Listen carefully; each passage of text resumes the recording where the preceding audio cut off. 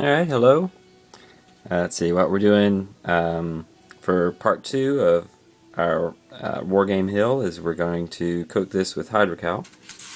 It's all textured around the edges. This is all done with the chisel. So there's all kinds of deep texture in the sides here. And let's see, here's what we're going to be coating it with. This is Woodland Scenics lightweight hydrocal mixed with water, and what I'm going for is kind of a soft serve consistency. Let's see if I can.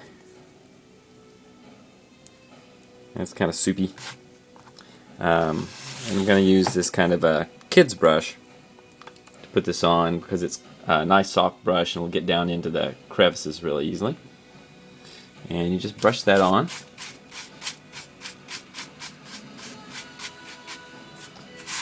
Here.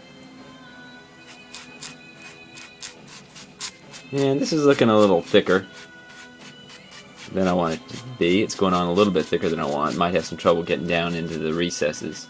So I'm going to mix a little water in with the hydrocal. This stuff sets up so quickly, you need to keep water close by so you can keep the consistency that you want.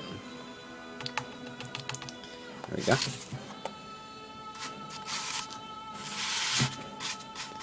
That's a little bit better. So what I've done is I've tinted this hydrocal brown. It would be naturally white. I've done that with artist colors. These kind of paints here that you can pick up in any art store. And the reason I did that, it's not terribly important because I'm going to paint this anyway.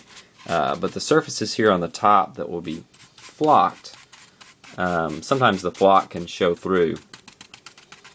I had a little texture there. Sometimes the flock can show through the hydrocal.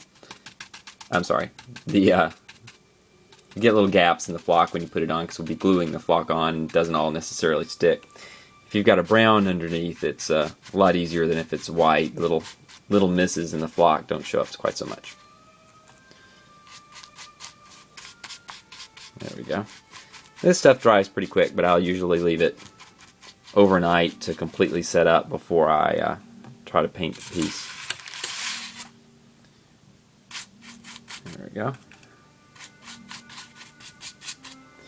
And we'll put hydrocal on the roads too. I'm just gonna, even though some of these surfaces are going to be painted, some of them will be flocked. I'll still put a layer of hydrocal over the entire piece. And since it's a pretty soupy consistency for the hydrocal mix, it doesn't take very much of it to cover the whole model. And kind of dab at it to get it in the deeper creases. I want as little bit of the foam exposed as possible.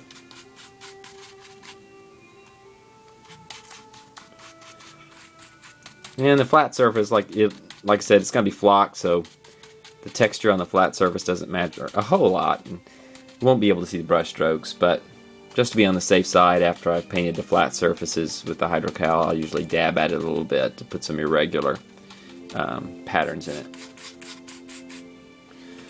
And that's basically it. It'd be boring to show you covering this whole model, so we'll come back when this stuff is dry, and we'll be putting a little bit more texture on with some rocks and some sand and glue, and then after that step we'll get to the painting and the flocking. Alright, that is it.